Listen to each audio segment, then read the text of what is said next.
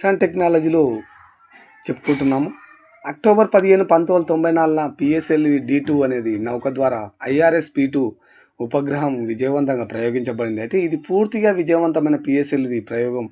దీంతో ఇస్రో తన సొంత ఉపగ్రహాన్ని కక్షలోకి ప్రవేశపెట్టడం అనే సామర్థ్యాన్ని సంపాదించిందన్నట్టు. అయితే ఇన్సాట్ 2A అనేది ఒకటి ఉంటుంది. 1992లో ఇది తొలి స్వదేశీ కమ్యూనికేషన్ ఉపగ్రహం. అయితే దీని ద్వారా ఏం చేశారు, భారతదేశపు కమ్యూనికేషన్ వ్యవస్థ మరింత బలోపేతమైనట్టు. అలాగే ఇన్సాట్ 2B 1993లో, అలాగే ఇన్సాట్ 2A విజయాన్ని కొనసాగిస్తూ ఇన్సాట్ 2Bని ప్రయోగించారు.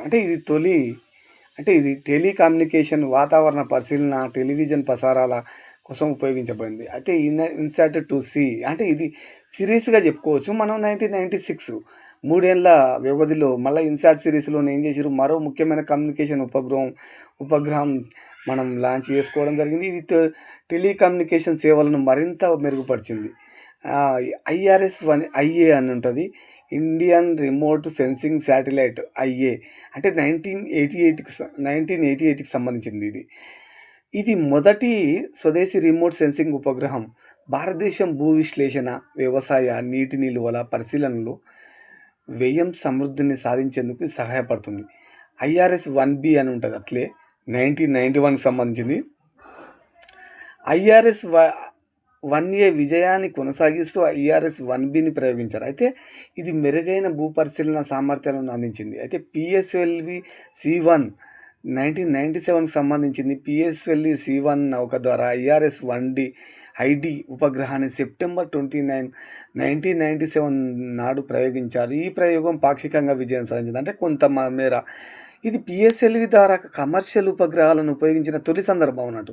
దీని ద్వారా ఏమైందంటే భారతదేశం అంతర్జాతీయ అంతరిక్ష మార్కెట్లోకి ప్రవేశించింది. అలాగే ఇన్సాట్ 2D అని 1997కి సంబంధించింది. ఇన్సాట్ 2C ఉపగ్రహాన్ని కొనసాగింపుగా ఇది ప్రయోగించబడింది. అయితే ఇది కొన్ని సాంకేతిక లోపాల వల్ల పూర్తిగా పనిచేయలేదు. అయితే IRS-1C అంటే ఇండియన్ రిమోట్ సెన్సింగ్ అనేది శాటిలైట్ 1C అనేది 1995కి చెందింది. IRS సిరీస్లో 3వ రిమోట్ సెన్సింగ్ ఉపగ్రహం. ఇది అధిక రిజల్యూషన్ కెమెరాలతో భూభాగ పరిశీలనలో విప్లవాత్మక మార్పులు తీసుకొచ్చింది. అంటే వ్యవసాయం, అటవీ పరిరక్షణ, నీటి నిల్వల అధ్యాయం, పర్యావరణ పరిరక్షణకు ఉపయోగపడింది. అయితే IRS-1D అనేది 1997 1C విజయాన్ని కొనసాగిస్తూ ఇస్రో ఉపగ్రహాన్ని ప్రయోగించింది. మ్యాగ్నెటోమీటర్ అనే ప్రత్యేకమైన ఉపగ్రహాన్ని కలిగి ఉంది. ఇది భూమి ఆకర్షణకు అధ్యయనం చేయడంలో సహాయపడుతుంది. వ్యవసాయం, అర్బన్ ప్లానింగ్, భూ ఉపరితల మార్పులను గుర్తించడానికి ఇది